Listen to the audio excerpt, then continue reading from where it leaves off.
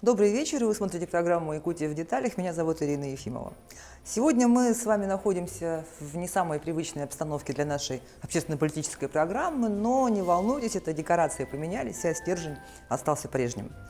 Мы решили завершить этот год особым выпуском итоговым, который называется «Салат из главных событий». В течение всего года мы вам рассказывали о важных главных направлениях жизни республики. И сегодня, так сказать, в ретроспективе мы обо всем об этом вспомним, и каждое из этих направлений представим в виде отдельного ингредиента в уникальном праздничном блюде.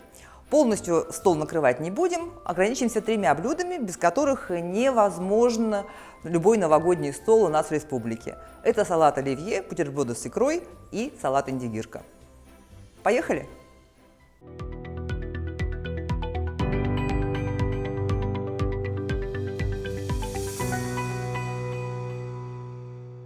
Ну что, начинаем мы с салата оливье.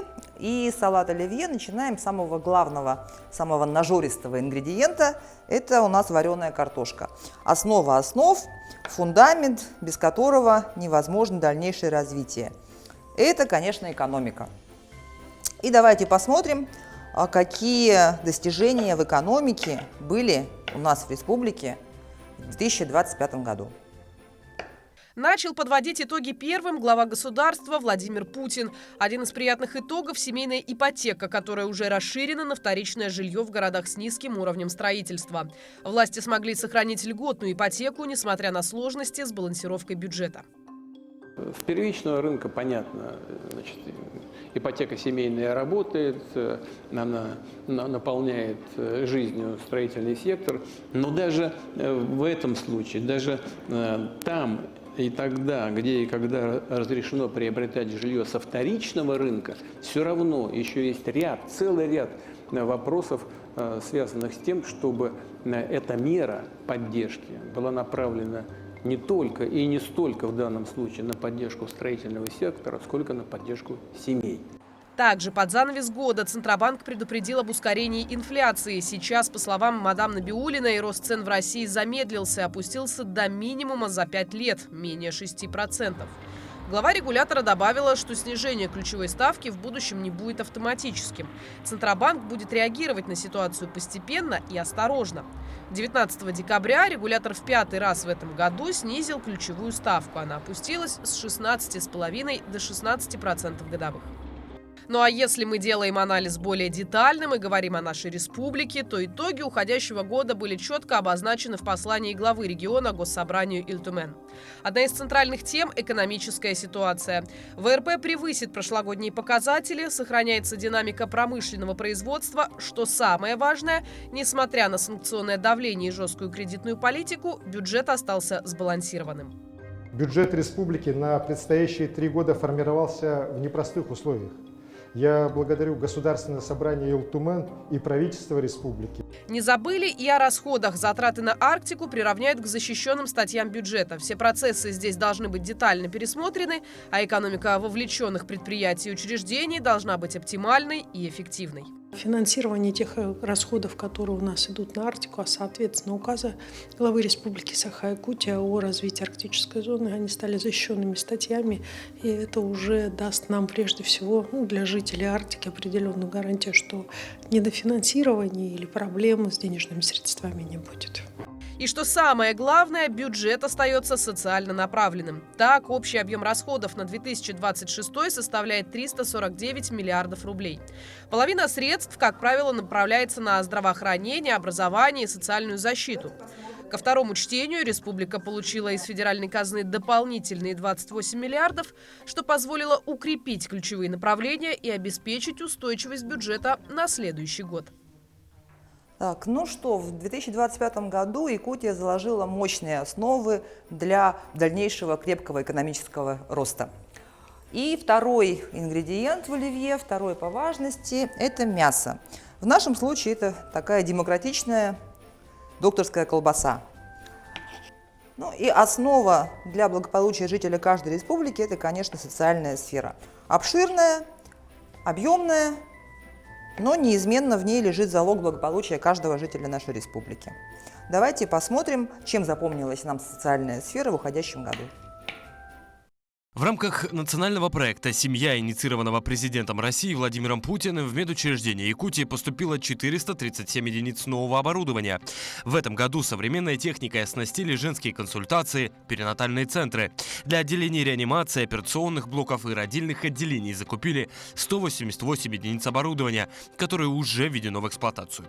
Кроме того, в Алданском, Хангаласском, Нюрбинском районах открылись современные женские консультации, получившие 249 единиц новой медтехники. Не осталась без внимания и социальная сфера. Важно отметить, что Якутия стала одним из первых регионов страны, где начали внедрять поддержку участников СВО через квотирование рабочих мест. Это дает возможность бойцам не только трудоустроиться, но и вернуться к привычной мирной жизни. План трудоустройства ветеранов боевых действий в республике в этом году выполнен. Сегодня они работают более чем в 200 организациях. В следующем году количество квот будет увеличено, а сама мера поддержки станет еще доступнее. Поддержка старшего поколения остается еще одним важным направлением соцполитики региона. С прошлого года увеличено вознаграждение к почетному знаку долгожителя. Теперь оно составляет 1 миллион рублей. В этом календарном году окончил свою службу, был демобилизован по состоянию здоровья с зоны специальной военной операции. Обратился в портал «Работа России», Центр занятости, грубо говоря. И благодаря этому порталу и содействию с Фондом защитника Отечества был приглашен на ярмарку вакансий, где как раз-таки встретился с сотрудниками данного предприятия, прошел собеседование первичное и уже был приглашен на стажировку в филиал, где и по сей день работаю прекрасно. По итогам года ввели в строй более 30 социальных объектов. Это дома престарелых, учреждения здравоохранения, культуры и спорта. Свои достижения есть и в строительстве жилья. Более 800 тысяч квадратных метров. План перевыполнен. До 30 года, согласно национальному проекту «Инфраструктура для жизни», принята задача обеспечить уровень ввода жилья до 1 миллиона квадратных метров. У нас ежегодно за счет федеральных программ, то есть в рамках нас проекта финансируется достаточно большое количество мероприятий. В текущем году общий объем республиканских средств, которые через Министерство строительства совместно с федеральными средствами проходят, это порядка 20 миллиардов рублей. Да. Данные средства направляются на строительство объектов здравоохранения, образования, культуры, спорта и также объектов социального назначения. Крупнейший в России проект по ликвидации аварийного жилья, реализуемый в республике, позволил более 55 тысячам человек улучшить жилищные условия и переехать в новые квартиры. Работа по переселению из аварийного жилья будет продолжена. На период 25-26 годов в республике одобрена заявка на получение более 3 миллиардов рублей. Эти средства позволят переселить 1790 человек из аварийного жилищного фонда общей площадью свыше 31 тысячи квадратных метров. Так, ну что, с социальной сферой разобрались. Следующий ингредиент у нас яйцо. Это не просто ингредиент, это уникальный, такой универсальный, не уникальный, универсальный символ зарождения новой жизни, начало, плодородия. В каждой мифологии, в каждой культуре, в общем, оно встречается. И хотя и говорят, что яйца курицу не учат, тем не менее в таком яйце в школьнике, в студенте заложены безграничные возможности для нового старта и будущего прорыва. Так что следующий сюжет расскажет нам о том, как система образования Якутии бережно пестует этот потенциал, дает знания, учит мыслить, чтобы наши эти самые птенцы смогли не только повторить, но и создавать что-то по-настоящему новое, успешное, прорывное. Открытие 40-й, самой большой школы в Якутии, стало одним из ключевых событий в сфере образования. Ее построили в рамках нацпроекта «Молодежь и дети». Для почти 1000 учеников в школе обустроены спортивные залы, библиотека, мастерские, медблок и одна из самых огромных столовых на 540 мест.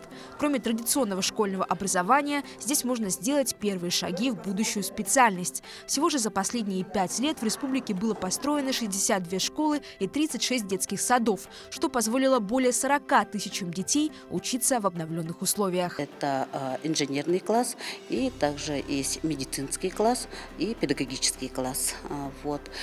Поэтому мы, когда дети поступали в эту школу, когда мы проводили собеседование, анкетирование, не только с детьми, но и с родителями. Не менее важным событием стало открытие дополнительного здания школы номер 29 в рамках нацпроекта «Образование». Его открытие позволило обучать еще 350 учеников, увеличив их общее количество до более чем 1000. В новом корпусе сделан упор на изучение прикладных предметов – химии, биологии, информатики, физики. Сами ребята загорелись, потому что и оборудование новое, им все это нравится. Допустим, у меня в кабинете физики есть лабораторные комплекты полностью для ФГОСа и лабораторный комплект для подготовки к сдаче государственных экзаменов. То есть ребенок уже спокойно может и себя проверить, и поставить какие-то эксперименты. В этом году Якутия вышла на 21-ю строчку среди 85 регионов России по качеству сдачи государственной итоговой аттестации.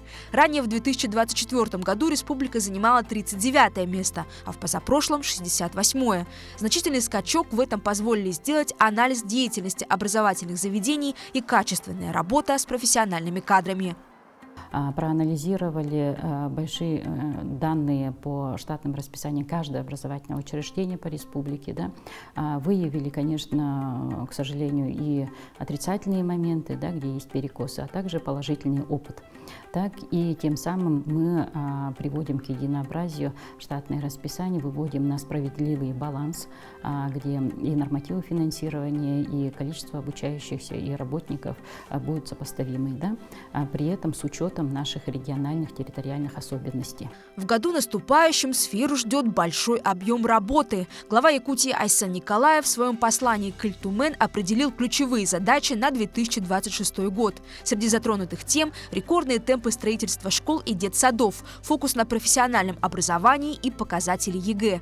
Поставлена задача усилить подготовку кадров под ключ с индустриальными партнерами и создавать учебно-производственные кластеры по ключевым отраслям.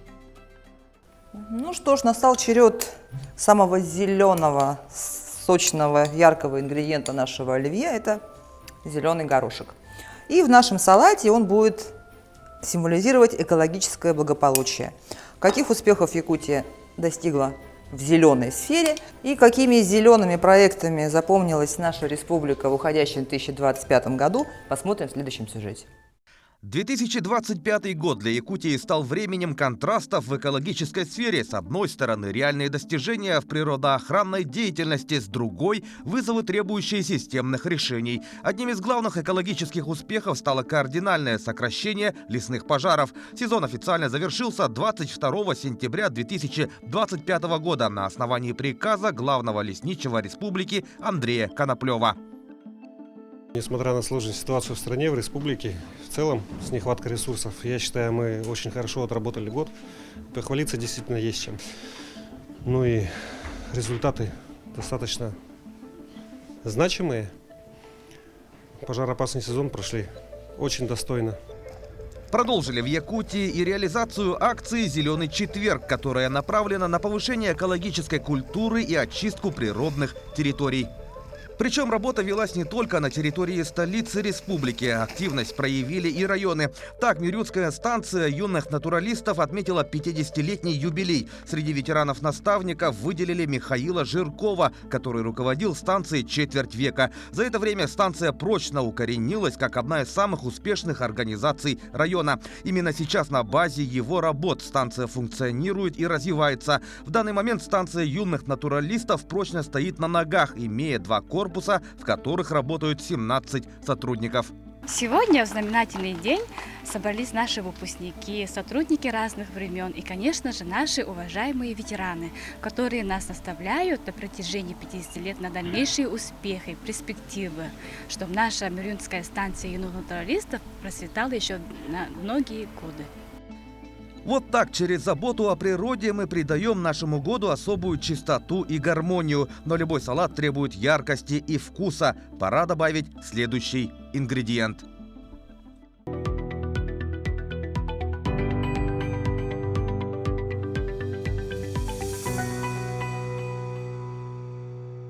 Ну что, это программа «Якутия в деталях». Мы готовим праздничный оливье. И теперь настало время самого хрустящего, самого бодрого ингредиента нашего салата. Это огурец. Огурцы символизируют дерзость, смелость и прочие неукротимую энергию, присущую молодости. В 2025 году якутская молодежь доказала, будущее уже здесь. Давайте посмотрим, чем запомнился этот год в сфере молодежи, молодежной политики, какие были яркие проекты, смелые и дерзкие решения. Начать, пожалуй, стоит с масштабного молодежного фестиваля «Мусустар», который состоялся в республике в этом году в 5-й юбилейный раз. В течение недели с 17 по 22 марта в республике прошли около 50 мероприятий по 12 направлениям. Искусство, культура, наука, музыка, спорт и другие. По результатам 23 конкурсов организаторы и эксперты выявили и поддержали молодые таланты региона.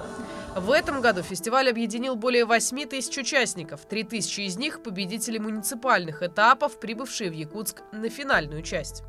И, безусловно, каждый из нас понимает, что мы делаем, для чего мы делаем тот результат, который мы получаем. Появился у фестиваля и свой маскот – льдинка с добродушной улыбкой, которую выбирали народным голосованием. Задача маскота – это радовать людей, фотографироваться, оставлять на память намного больше хороших эмоций.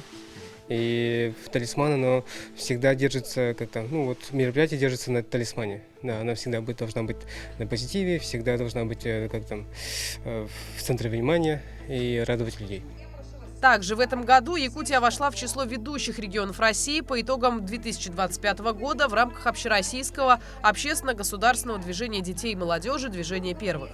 Республика успешно выполнила ключевые показатели эффективности, что было отмечено на итоговом заседании Координационного совета по развитию движения. Мы видим востребованность проектов «Движения первых» в районе, мы видим активность наших ребят. Мы уже говорим о статистических показателях выполнения по задачам следующего года прошлись. А молодежи тоже надо где-то собираться. Мы уже не в той временной эпохе, когда тусовки проходили в подъездах. Под занавес года свою работу начал Центр «Патриот», который под своей крышей соберет молодых ребят со всей республики. Мы надеемся, что сюда может прийти любой, начиная со школьника, заканчивая молодыми родителями. У нас есть комната матери и ребенка. На первом этаже у нас будет, например, кафешки, уже будут пространства, где можно посидеть с ноутбуком, поработать, да? И, соответственно, все это вкупе должно делать такое пространство, где молодые люди могут более-менее отдохнуть. Так что, если у вас в последнее время начало складываться ощущение, что молодежь – это не будущее, а уже действующее лицо развития региона, то ваша интуиция вас не подводит. Ну что, молодежные огуречные истории мы посмотрели. Сейчас у меня прибавится хейтеров, но я настаиваю, что в оливье должно быть яблочко. Но вы по вкусу можете заменить вареной морковкой. Суть от этого не меняется, потому что оно придает салату такую сладость, что морковка, что яблоко. Но, собственно, почему я все-таки выбрала яблоко, потому что это ведь не просто яблоко, это универсальный символ всего, да, начала, от яблока райского, яблоко Гесперид, яблоко раздора, из-за которого началась Троянская война, яблоко Ньютона. Оно символизирует не только традиции, но и все новое, новые открытия. И поэтому, знаете, так же, как и наша культура, это не просто набор традиций и ритуалов, да, это живительный источник, который для нас является неисчерпаемым источником идей, вдохновения, креативности. Все то, что мы сейчас называем креативными индустриями, все это выросло благодаря культуре. Поэтому давайте посмотрим, какими проектами культурными, креативными запомнился нам уходящий 2025 год.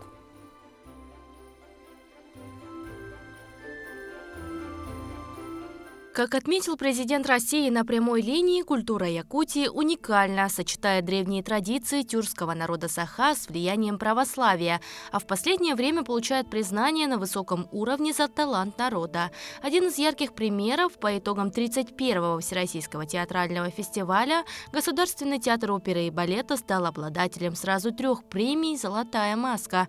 Награду за лучший спектакль в номинации «Балет» получила постановка «Сияющий камень». Мария Кузьмина удостоена премии за лучшую женскую роль. За лучшую работу художника по свету наградой отмечен Иван Шандровский.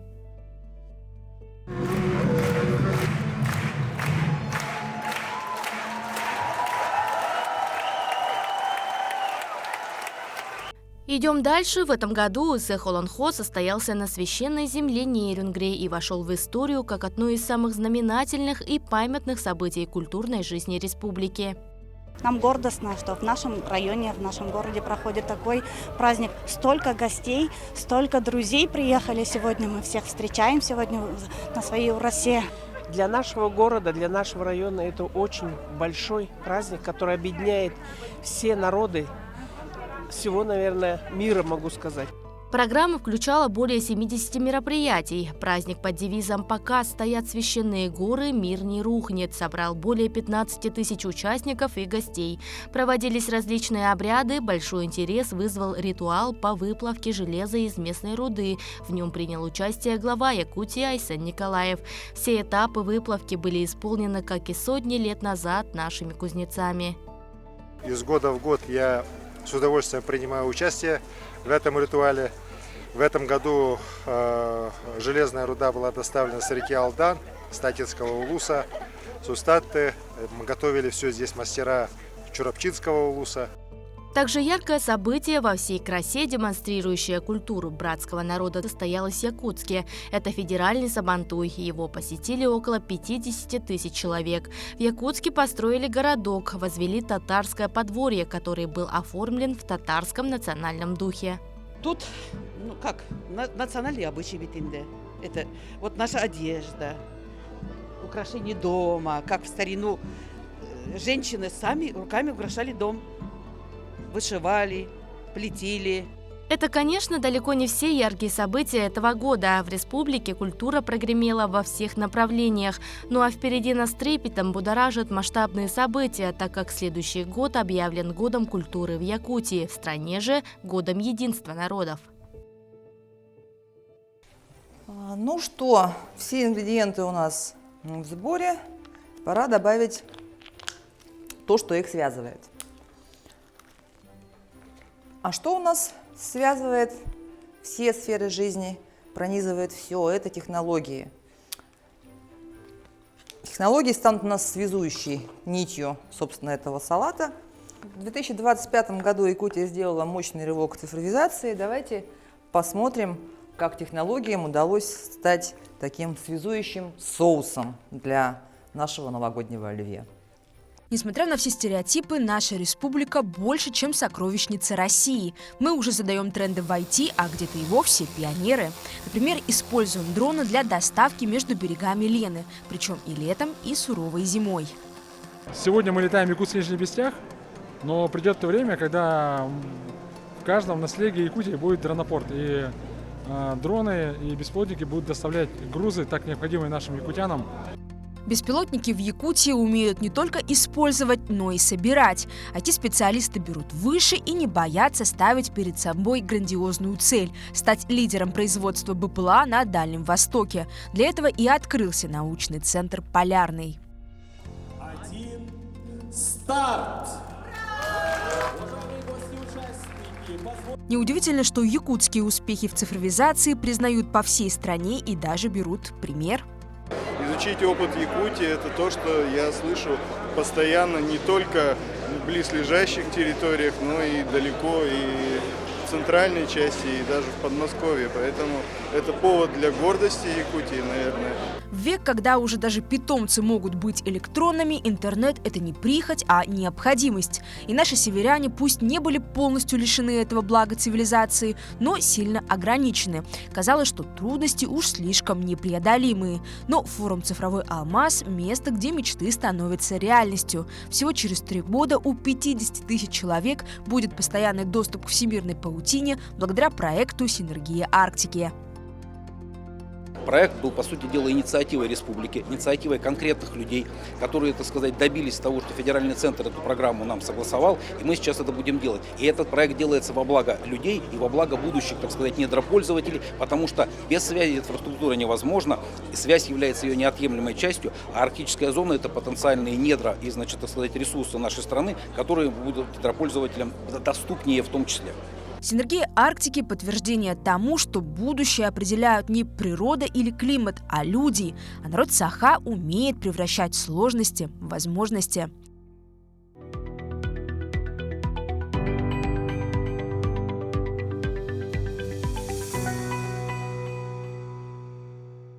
Ну что, вы смотрите программу «Якутия в деталях». Мы с вами продолжаем подводить итоги уходящего года и параллельно с этим готовить праздничный стол. Салат оливье наш уже готов, остается пара закусок, которые я анонсировала в начале выпуска. И это бутерброды с икрой. Бутерброд у нас символизирует прочный фундамент развития. Хлеб – это промышленность и динамическую связанность региона. Икра – это транспорт. Вместе они создают такое, сказать, блюдо устойчивого роста. Начнем с основы, с хлеба. Слышали ли такое выражение «хлеб дороже золота и алмазов»? А все почему? Потому что именно хлеб символизирует основу, то, без чего невозможно построить будущее. То есть, в нашем случае, что это? Производство, промышленное производство. В 2025 году Якутия укрепила свои производственные мускулы. Давайте разберем, из чего состоит наш этот хлебный фундамент. Последние годы что касается антрацита, объем рекорд за рекордом. И этот год исключением не стал. Беспрецедентные 50 миллионов тонн угля шахтеры добыли до конца декабря. Промышленность, к слову, это не только про уголь. В ближайшие 5-10 лет власти хотят увеличить добычу золота до 75 тонн в год и захватить первую строчку рейтинга самых золотых регионов России. Дальний Восток – это основа нашей сырьевой базы. Республика Саха-Якутия – это квинтэссенция Дальнего Востока с точки зрения специалистов по минерально-сырьевой базе.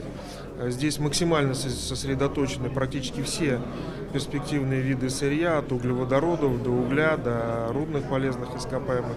Здесь очень большое будущее, и все ресурсы, почти все ресурсы федерального финансирования, например, геологоразведки, идут на Дальний Восток и в первую очередь на Якутию.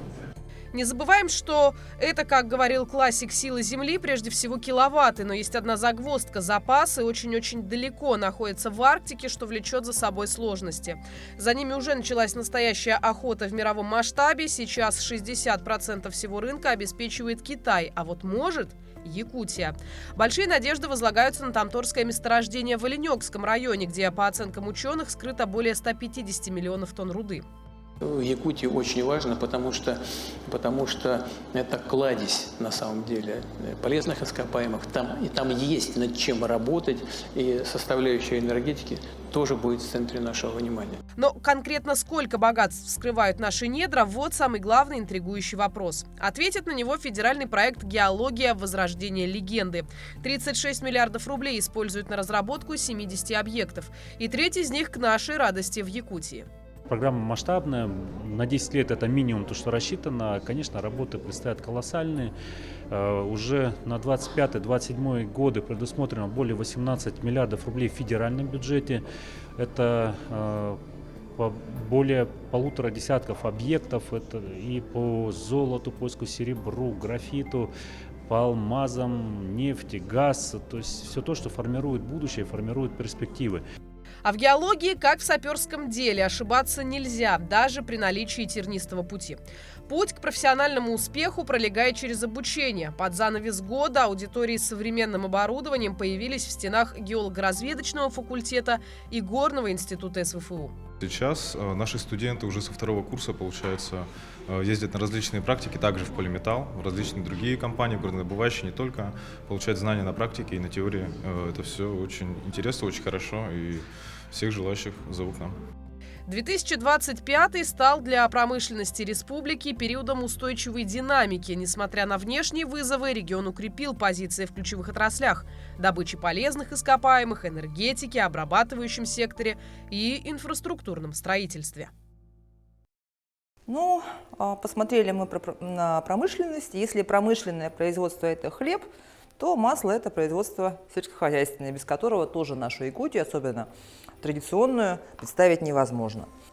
Ну и, конечно, хлеб с маслом, хотя это формально и бутерброд, да, дословно, если переводить с немецкого, но наши бутерброды, они без самого главного ингредиента, конечно, не состоятся. Самое главное в новогоднем бутерброде – что? Красная икра.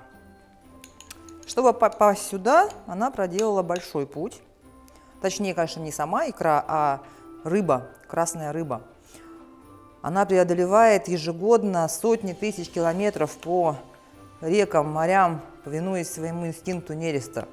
Точно так же, как водные артерии служат жизненно важным маршрутом, транспортная система нашей республики – это ее кровеносная система, ее вены, артерии и сосуды. Именно по ним они связывают наши огромные территории воедино, делая возможным пресловутый экономический рост, благополучие населения и все прочее связано, конечно, с транспортной нашей доступностью. И теперь давайте погрузимся в мир магистралей, пароходов, кораблей, самолетов. Смотрим.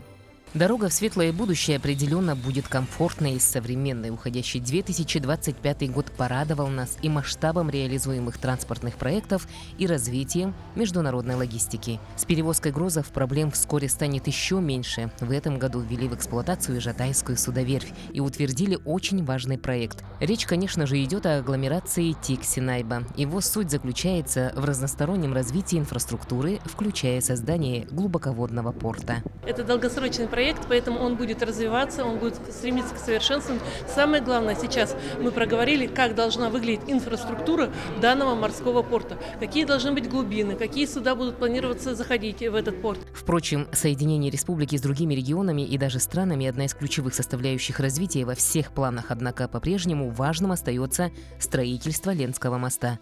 На данный момент ведется работа по укреплению и армированию самых крупных стальных каркасов, которые будут устанавливать в русло реки.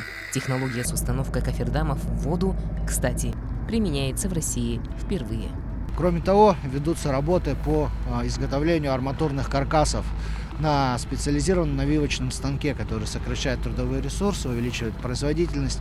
На сегодняшний день из 920 свай на Ленском мосту уже порядка 800 каркасов изготовлено до 100%.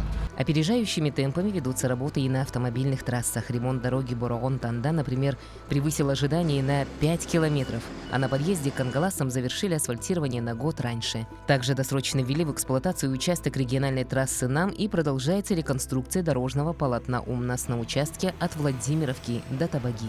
Здесь нужно отметить, что вторым этапом мы рассматриваем уже строительство совмещенного автомобильно-железнодорожного моста и, соответственно, создание железнодорожного пункта пропуска, что позволит увеличить нам, грузовую базу от 10 до 20 миллионов тонн в год. Уже в следующем году планируется увеличить темпы работ. Не менее 16 километров дорожной сети в малых агломерациях будут приведены в нормативное состояние. Это существенно повысит безопасность и комфорт передвижения для жителей крупнейших промышленных центров республики. Так, ну что, наши бутерброды готовы. И дело еще за одним салатом. Последним, якутским салатом. Это салат индигирка. Салат индигирка у нас символ суровой красоты и жизнестойкости Арктики. Замороженная рыба олицетворяет природные богатства. Лук и перец – остроту быта. А масло – связующую энергию, которая позволяет развиваться и выживать в таких суровых экстремальных условиях. Несмотря на то, что этот салат в этом году снова попал в антирейтинг блюд, мы его любим и будем продолжать любить. Ведь, как пел в песне Николай Бельды, если ты полюбишь север, знай, что это навсегда. Арктика не пустыня, а территория активного развития. Уходящий 2025 стал для арктических районов Якутии временем масштабных преобразований. Несмотря на суровый климат и удаленность территорий, регион продемонстрировал уверенный прогресс в экономике, инфраструктуре, экологии и социальной сфере. В этом году в арктические районы Якутии арктической торгово-логистической компании доставлено 522 тонны свежих овощей, включая капусту, свеклу, морковь и картофель, произведенные местными фермерами. На базе действующих торгово-логистических центров в арктических улусах, помимо хранения и реализации продовольствия, функционируют пункты приема промысловой продукции и дикоросов у населения. В 2025 году было заключено 500 договоров на приемку плодов дикорастущих ягод, собранных жителями Арктики. Реализуем до 300 тысяч банок консервированного мяса, до 160 тысяч банок консервации овощей. Плюс с прошлого года на базе торгово-логистических центров мы начали заготовку дикоросов.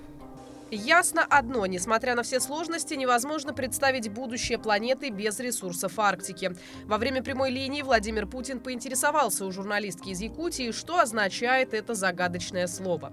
«Холодно», — ответила репортер, подняв один из самых принципиальных вопросов для якутского севера – многократный рост стоимости электроэнергии за последние 4 года.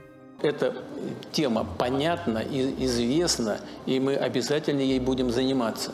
В том числе точно совершенно будем развивать возможности сетей, сети нужно развивать, так и генерации. Обязательно этим будем заниматься. Личное внимание президента к тарифам в Арктике – это мощнейшая поддержка в работе ради людей, которые живут на севере, растят детей, работают и продолжают верить в малую родину. Но чисто не там, где убирают, а там, где не мусорят. В уходящем году Якутия расширила географию проведения акции «Чистая Арктика». Это остовы грузовых машин, остовы спецтехники, оборудование промывочное, золото, олово. Да, есть брошенная заправочная станция, которая пришла в негодность. Вот это мы все очищаем, распиливаем. Планируем вот это закончить в следующем году. И вместо того металлолома, который там было, все, что было, это захламлено, мы хотим построить там спортивную площадку. 2025 подтвердил: Арктика Якутии – это не только суровые просторы, но и территория динамичного развития. Ключевые драйверы прогресса – логистика, энергетика, цифровизация и экологическая ответственность. Следующий год обещает новые шаги в освоении арктического потенциала Якутии с опорой на технологии, традиции и заботу о природе. Ну, и связующая энергия – это масло. И вот она, индигирка нашей Арктики. Холодная снаружи, но полная огня и энергии внутри. В 2025 году Якутия доказала, что даже на вечной мерзлоте можно строить будущее. Этот салат не просто блюдо, а символ стойкости традиций и технологий, которые помогают людям жить успешно и развиваться даже на краю света. Пусть каждый кусок рыбы напомнит, что в Якутии нет невозможного. Ну все наши блюда готовы. И теперь предлагаю навести последние штрихи, то есть украсить все эти наши блюда зеленью. Зеленая молодая поросль символизирует надежду на будущее. Как вот эти ростки пробиваются к свету, так и мы тянемся полными надежд в счастливое будущее. И давайте заглянем немножко в это будущее, что нам готовит 2026. До наступления Нового года тем временем остаются считанные дни, однако предсказания того, каким будет 26-й, множатся в геометрической прогрессии. Вот, например, Британия, уверены аналитики, хоть тушкой, хоть чучелком, но вернется в Европейский Союз. Ставка Китая на золото сыграет, подорвав гегемонию доллара. А еще нашу планету ждет день Q. Это когда квантовые компьютеры смогут легко взламывать вчерашние механизмы цифровой защиты. Однако здесь, как предсказывают аналитики, всех спасет искусственный интеллект. И это похоже на правду. Ставка на ИИ, что в мире, что у нас в стране, велика. Мы уверены, что это только самые первые шаги. Искусственный интеллект делает нас сильнее. И спасибо всем нашим партнерам, Сберу, Северо-Восточному федеральному университету, благодаря которому появляются вот эти разработки, которые крайне нужны людям. К делу прогнозов подключаются астрологи, тарологи и прочие представители древнейших мистических профессий. Все они в один голос уверяют, год будет динамичным. В общем, ждем прорывов. Тем более от огненной лошади. Наступит он по восточному стилю только 17 февраля, а потому еще есть время приготовиться. Встретить его в чем-то ярком, с обилием растительной пищи на столе. Именно ее и предпочитает лошадь. Жеребятину надо есть. Потому что для других народов это, допустим, жеребятина это как база продуктов. А у нас это как традиционное, если большие праздники и так далее, то есть как же без кровяной колбасы, хага, ребер. Вот, поэтому я думаю, это что можно. Ну и куда же без вездесущих Симпсонов? Там все еще веселее. Например, в 26-м году, по их мнению, человечество отправится в первый полет на Марс. Его, кстати, ранее анонсировал Илон Маск, пообещав, что в будущем вообще перенесет штаб-квартиры SpaceX и Теслы на Красную планету. Повсеместное внедрение очков виртуальной реальности, финальный матч между сборными Мексики и Португалии на чемпионате мира по футболу, а еще, конечно, новый ледниковый период. Верить аналитикам, политологам, астрологам и Симпсонам каждый пусть решает сам. Все они в итоге сходятся в одном. 26-й все же наступит. И это уже прекрасно. Ну что, праздничный минимум у нас готов. 2025 год мы вспомнили. Собственно, каждый год он по-своему уникален на события и сюрпризы, поэтому проживать надо все со вкусом и в полную силу. Это была программа «Якутия в деталях». Меня зовут Ирина Ефимова. Увидимся в следующем году.